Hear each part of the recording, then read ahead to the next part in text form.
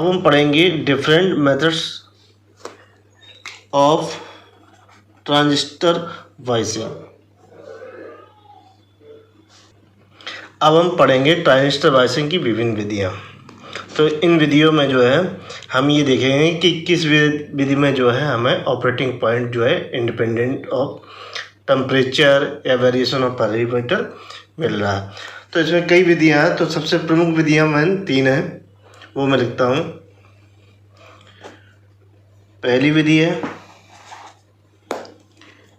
Veg bias या fix wise.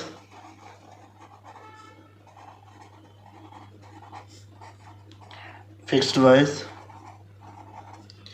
दूसरी विधि है कलेक्टर टू फीडबैक वाइज।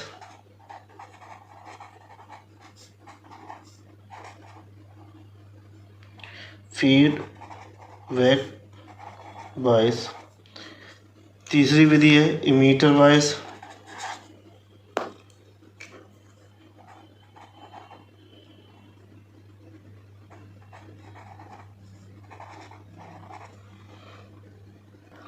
चौथी विधि जो है वाइसिंग की वो है वोल्टेज डिवाइडर वाइज या सेल्फ वाइज। तो सबसे जो अच्छी विधि है वो ये वाली है जो ज़्यादातर एग्जाम में पूछी जाएगी, और एक ये जो सबसे ख़राब विधि है। दो ही ज़्यादातर या तो अच्छी पूछी जाएगी या ख़राब पूछी जाएगी। तो ये कभी ये जो है 10 नंबर में पूछे जाएगी, इस पर क्वेश्चन भी पूछे जाएंगे, पूछे जाते हैं एग्जामों में। तो हम पहले इसको डिस्कस करेंगे, फिर इसको, फिर इसको, देन इसको। तो ट्रांजिस्टर की जो पहली विधि है तो फिक्स्ड वाइज या वेज वाइज मेथड। तो इसके अंतर्गत हम पढ़ेंगे सर्किट एनालिसिस,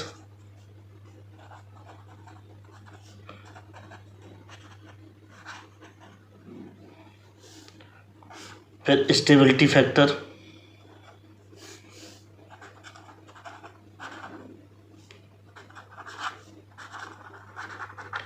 एस का जो फार्मूला निकालेंगे, ड्राइव करेंगे, एडवांटेज डिसएडवांटेज,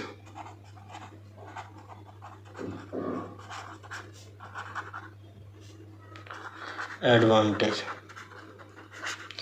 इतनी चीज़ें हम पढ़ेंगे। तो सबसे पहले हम इसका सर्किट ड्रा करते हैं। ये देखिए कॉमन एमीटर है,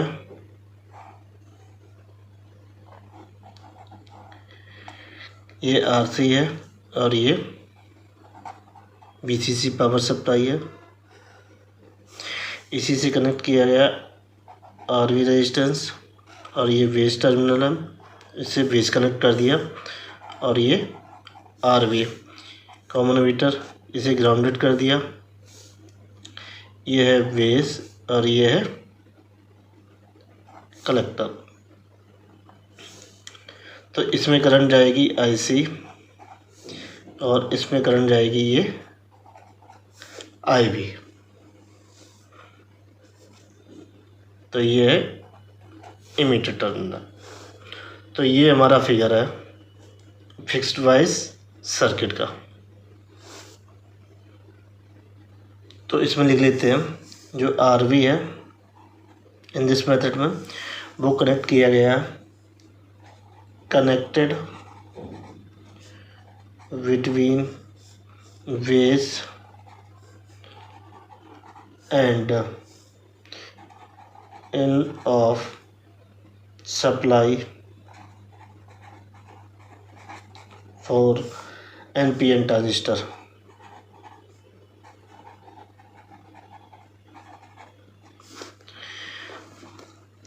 देखिए ये कनेक्ट किया गया बेस और एंड ऑफ VCC सप्लाई किसके, NPN ट्रांजिस्टर के।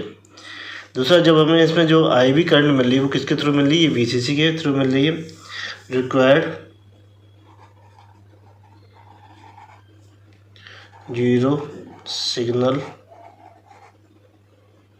Base current is provided by VCC। तो जो IC होगा कलेक्टर करंट वो बीटा टाइम्स ऑफ IV होगा।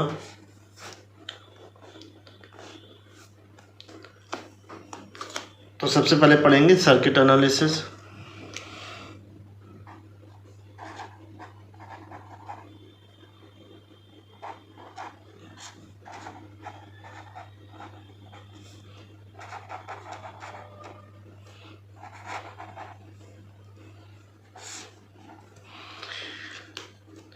तो सर्किट एनालिसिस में देखिए, तो इसको इस सर्किट को हम इस तरीके से देखिए, ये जो है VC से कनेक्टेड है, तो इसका मतलब क्या है, नेगेटिव जो है इसका जो है क्या है, ग्राउंडेड है, ये प्लस सप्लाई है। तो ये एमीटर टर्मिनल,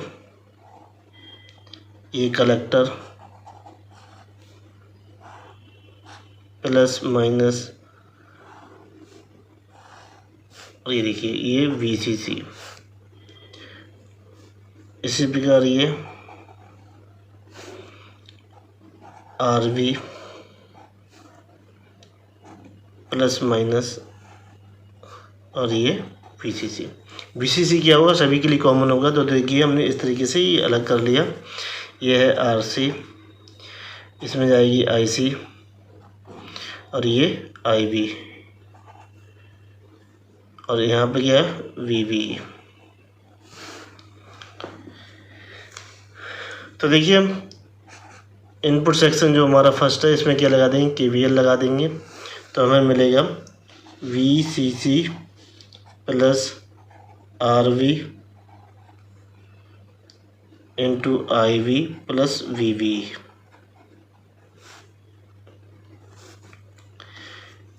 बराबर 0। तो RV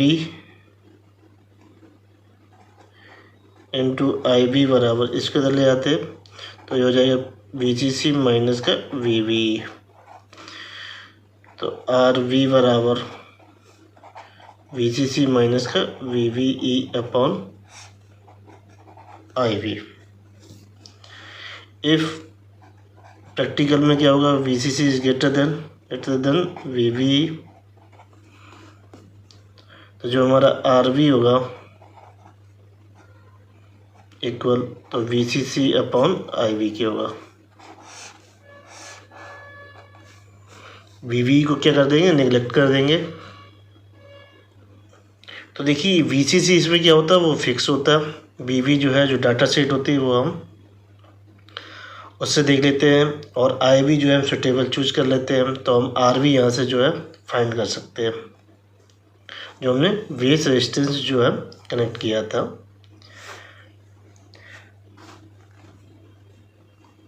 तो VCC is fixed, non quantity. IV is chosen at some suitable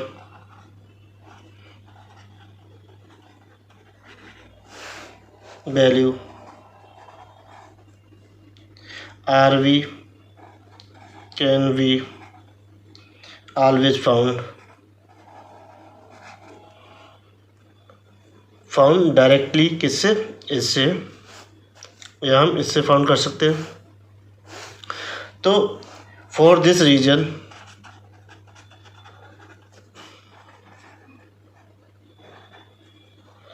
this method is sometime called fixed bias method.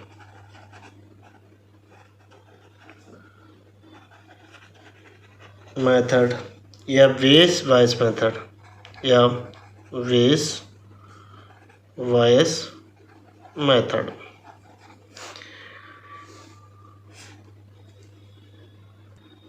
अब हम फाइंड करेंगे स्टेबिलिटी फैक्टर इस सर्किट का। तो स्टेबिलिटी का फार्मूला एस बराबर 1 plus beta upon 1 minus beta del IB upon del IC, या 1 plus beta upon 1 minus beta DIB upon DIC। DIB upon इसलिए लिख दिया सिंगल वेरिएबल के कारण, दो फिक्स्ड है। तो आपने ऑलरेडी माना था, तो स्टेबिलिटी फाइंड करने के लिए हम इनपुट पे जो है इक्वेशन लिख लेते हैं KVL लगा के, माइनस का VCC प्लस का RV IV प्लस का VVE बराबर 0। तो RV IV बराबर VCC माइनस का VVE। तो ये इक्वेशन है। तो इस इक्वेशन को हम IC के सापेक्ष क्या डिफ्रेंशिएट कर देंगे, तो RV into del IV upon del IC बराबर del I upon del IC, और ये VCC माइनस VVE। तो ये क्या है, कांस्टेंट, ये क्या 0 हो जाएगा। तो यहाँ से जो मिल जाएगा RV into del IV upon del IC बराबर ये 0। तो del IV upon del IC बराबर ये क्या आ जाएगा, 0 आ जाएगा। तो ये वैल्यू हम यहाँ रख देंगे। तो S बराबर 1 plus beta upon 1 minus beta into 0, तो बराबर 1 प्लस बीटा। तो S बराबर आ गया ये 1 प्लस बीटा। तो इसका जो स्टेबिलिटी फैक्टर वो सबसे ज़्यादा हुआ था। इफ़ बीटा बराबर 100, तो S बराबर 1 प्लस 101। तो S बराबर 101। तो ये वैल्यू बहुत ही ज़्यादा है। तो इस कारण से ये सर्किट क्या है, पुअर स्टेबल। ये सर्किट ज़्यादातर यूज नहीं होता है क्योंकि ये इनस्टेबिलिटी को शो करता है, क्योंकि इसका बीटा बहुत ही ज़्यादा हाई होता है। सबसे ज़्यादा ऐसी कई S होता है। तो इसका मतलब क्या हो गया, तो जो S होता है वो del IC upon del ICU होता है।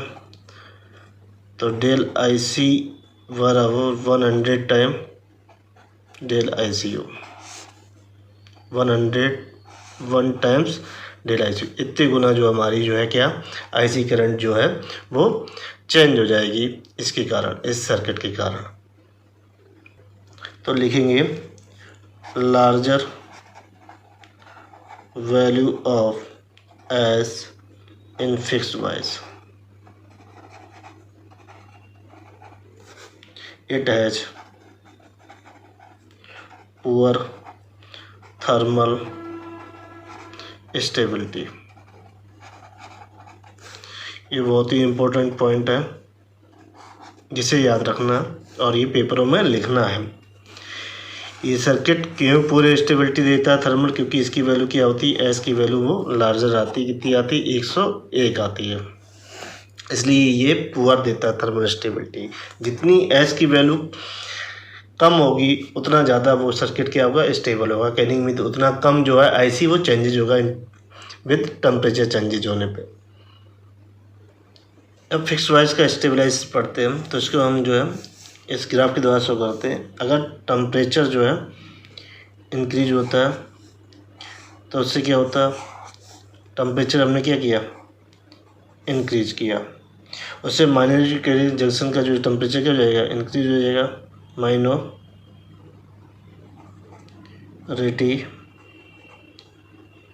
कंसंट्रेशन जो होगा जंक्शन का हो जाएगा, इंक्रीज हो जाएगा। इससे क्या होगी, हमारी ICU जो है लीकेज करंट क्या जाएगी, वो इंक्रीज हो जाएगी।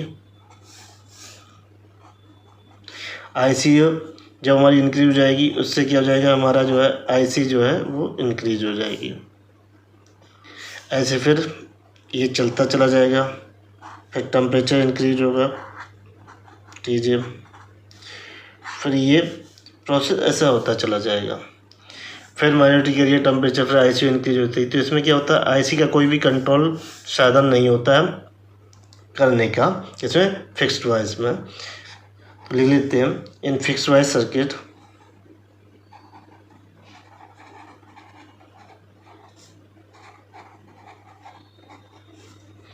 as temperature is increasing,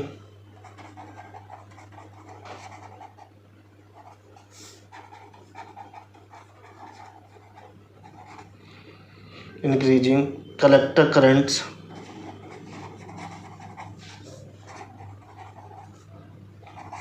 current keeps on increasing since there is no control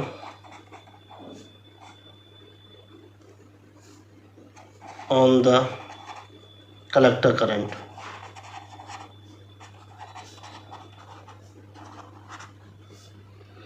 Then the fixed wire circuit.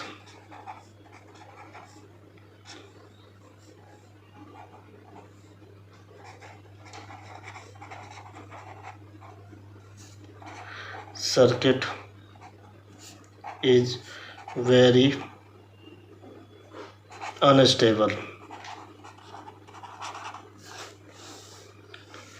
तो इसमें क्या है, कोई भी कंट्रोलिंग नहीं होता है जो कलेक्टर करंट का, ये बढ़ती चली जाती है, टेम्परेचर से बढ़ता जाता है, इसलिए ये क्या होती है, अनस्टेबल सर्किट हो गई। अब हम पढ़ेंगे इसके एडवांटेज और डिसएडवांटेज। क्योंकि हमने एडवांटेज और डिसएडवांटेज पहले ही लिख लिए थे क्योंकि टाइम बचाने के लिए। तो देखिए पहला इसका एडवांटेज है कि वाइसिंग सर्किट वेरी सिंपल, इसकी जो सर्किटरी है वो बहुत ही सिंपल है। ओनली 1 रजिस्टर या आरबी इसमें रिक्वायर्ड होता है। तो ये तो बहुत ईजी है, जिसे याद रखा जा सकता है इस पॉइंट को, क्योंकि एडवांटेज डिसएडवांटेज जरूर पूछे जाते हैं। सेकेंड पॉइंट है biasing condition can be easily we set and calculation are simple. मतलब जो वाइसिंग अरेंजमेंट है उसे ईजिली से सेट किया जा सकता है और इसकी जो गणना है वो बहुत ही सिंपल है। तीसरा पॉइंट है कि इसमें कोई भी loading, there is no loading of source by the biasing circuit since no resistor is employed across base और इमीटर। इसमें कोई भी बेस और इमीटर के बीच इमीटर रजिस्टर एम्प्लॉयड नहीं हुआ, तो इस पर जो है लोडिंग जो है वाइसिंग पे कोई भी इफेक्ट नहीं पड़ता है। तो हमें ये अगर 2 भी याद रख लेंगे ये वाले तब भी चलेगा। जो डिसएडवांटेज, ये वेरी वेरी इंपॉर्टेंट है डिसएडवांटेज इसके फिक्स वायर के, क्योंकि this method provide poor stabilization. क्यों? क्योंकि स्टेबिलिटी ज़्यादा होती है factor. There is no means of stop self increase in collector current due to temperature rise and the individual variation. क्योंकि इसमें कोई भी जो है कलेक्टर करंट को कंट्रोल करने का जो इंक्रीजिंग हो रही है कोई भी साधन नहीं है। दूसरा पॉइंट है जो इसका बहुत ही इंपॉर्टेंट थी, stability factor is very high, therefore there are strong chance of thermal run away.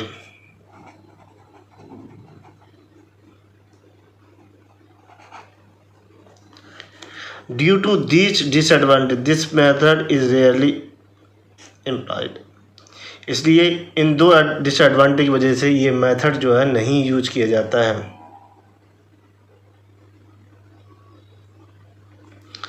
तो ये पूछा जा सकता है कि इसके डिसएडवांटेज ये क्यों नहीं यूज किया जा सकता है। तो ये 2 मेथड जो है, ये जो पॉइंट लिखे हुए हैं, अगर आप इसे लिख देंगे तो आपको नंबर्स मिल जाएंगे। तो एडवांटेज तो बहुत आसान है, सर्किटरी बहुत सिंपल है, आरवी रिक्वायर्ड है और ये वाइसिंग कंडीशन इजीली सेट की जा सकती है, जिसकी कैलकुलेशन क्या होती है वो सिंपल होती है। एग्जांपल नंबर 1 है फिक्स वाइज कॉन्फ़िगरेशन पे। तो ये सर्किट दे रखी फिक्स वाइज की कॉन्फ़िगरेशन की, तो हमें इसमें ए बी सी और डी ये 4 जो है वैल्यू निकालने हैं 4 पार्ट की। तो पहले वाले पार्ट में निकालने हैं आई वी एंड आई सी, दूसरे वी सी और V V and V C and V V C.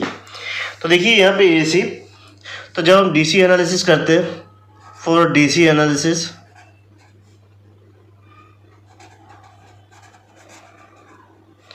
तो हमारा जो है कैपेसिटर बिहेव करता है वो ओपन सर्किट। तो हम डी सी एनालिसिस के लिए क्या ओपन सर्किट जो है सर्किट ड्रा करेंगे पुनः इसकी। तो देखिए ये होगा ट्रांजिस्टर, ये वीसीसी, इससे कोई लेना देना। ये देखिए ओपन कर दिया हमने कैपेसिटर, ये एसी इनपुट, ये आरवी और ये आरसी, ये AC output, plus minus VC और ये ग्राउंडेड कर दिया हमने। इसकी वैल्यू है ये 2.2 किलो ओम, इसकी वैल्यू है 240 किलो ओम। इसमें करंट जा रही है IV और इसमें करंट जा रही है वो IC। तो देखिए इनपुट सेक्शन इसमें ले लेते हैं हम जो है, तो पहले वाले पार्ट A के लिए।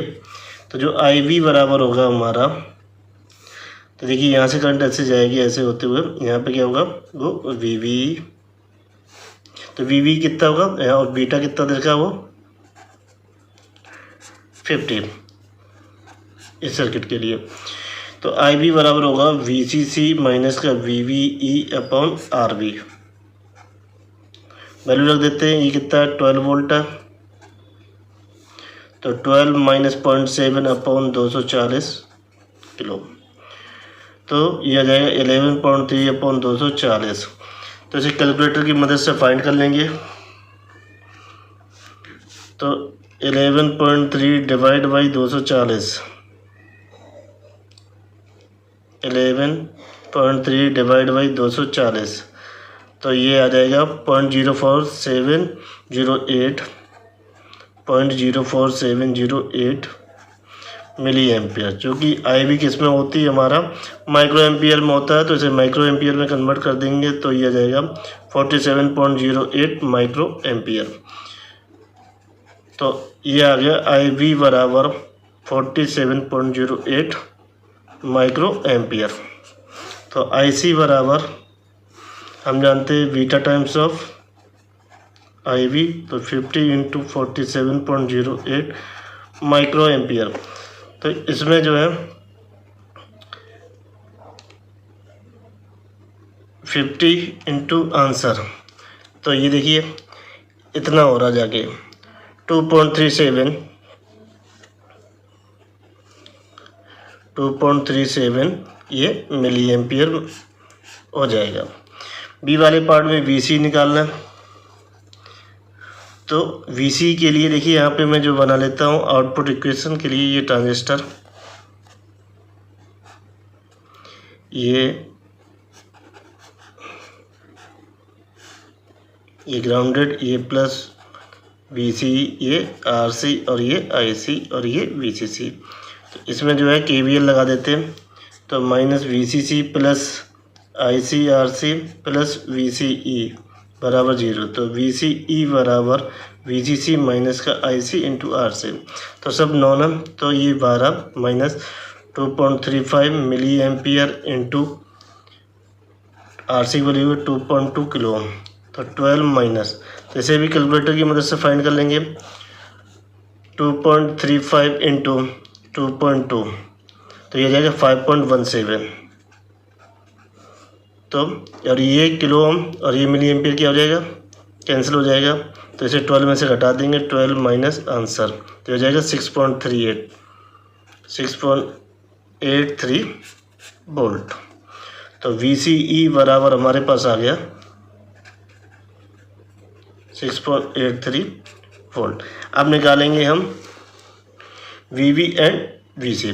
तो देखिए ये इमीटर जो है क्या है हमारा ग्राउंडेड है, तो VV वोल्टेज जो है C वाले पार्ट, तो फिगर में क्या है इमीटर क्या है ग्राउंडेड है, तो VE हमारा क्या हो गया ग्राउंडेड हो गया। तो हम जानते हैं VVE बराबर होता है VV माइनस का VE, तो बराबर VV माइनस का ये 0, तो VV बराबर क्या हो जाएगा वो VE हो जाएगा, ये हो जाएगा 0.7 वोल्ट के।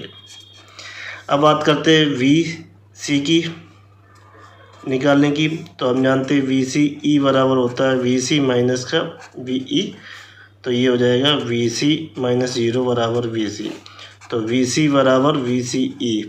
तो ये वैल्यू आई थी कितनी 6.83 वोल्ट। जो डी पार्ट निकालना है BC, तो ये जाएगा VV माइनस का VC, तो 0.7 माइनस का 6.83 वोल्ट बराबर ये निगेटिव में आएगा माइनस का 6.13 वोल्ट। तो ये जो निगेटिव साइन यहाँ इंडिकेट कर रहा है, तो इसका मतलब क्या होगा, जो हमारा जो है ट्रांजिस्टर का जो बेस कलेक्टर टू बेस जो जंक्शन होता है वो क्या होता है, रिवर्स बायस होगा। इसलिए ये क्या होगा, जंक्शन जो हमारी कॉन्फ़िगरेशन है वो लीनियर एम्पलीफिकेशन में जो है वर्क कर रही होगी, लीनियर एम्पलीफिकेशन में ये वर्क कर रही होगी। अगर आपको मेरा वीडियो अच्छा लगे please like share subscribe my channel.